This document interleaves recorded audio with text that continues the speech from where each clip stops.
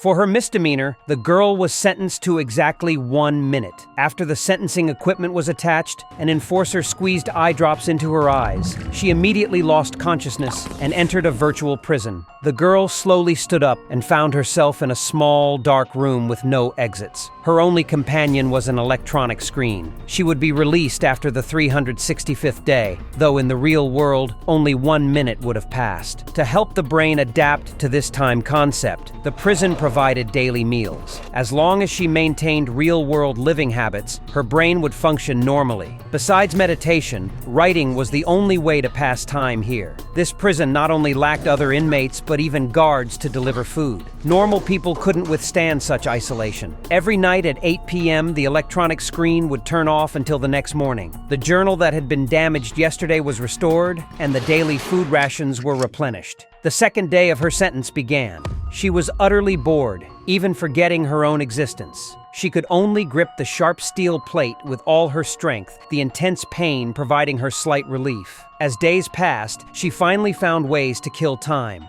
Jessica, as the project developer, had originally created this system to help her brother, who was in a vegetative state. But for profit, the company modified her code, turning years of her work into a virtual prison. Due to program side effects causing user deaths, Jessica became the prison's first inmate. She began examining the code within the prison, hoping to find the cause of the side effects. With this purpose, time flew by quickly. Soon, it was the final day. She counted down the seconds, waiting for her sentence to end. She waited until lights out time that night, but instead of the prison door appearing, the electronic screen's timer suddenly reset. Her sentence had returned to day 1. What was happening? She began cursing the company's poorly modified project, which apparently forgot to include the exit code for the prison. Jessica couldn't stand staying another second. She frantically destroyed every inch of the prison, but her efforts were futile. The program showed no response. She finally gave up, accepting that she would be trapped here forever.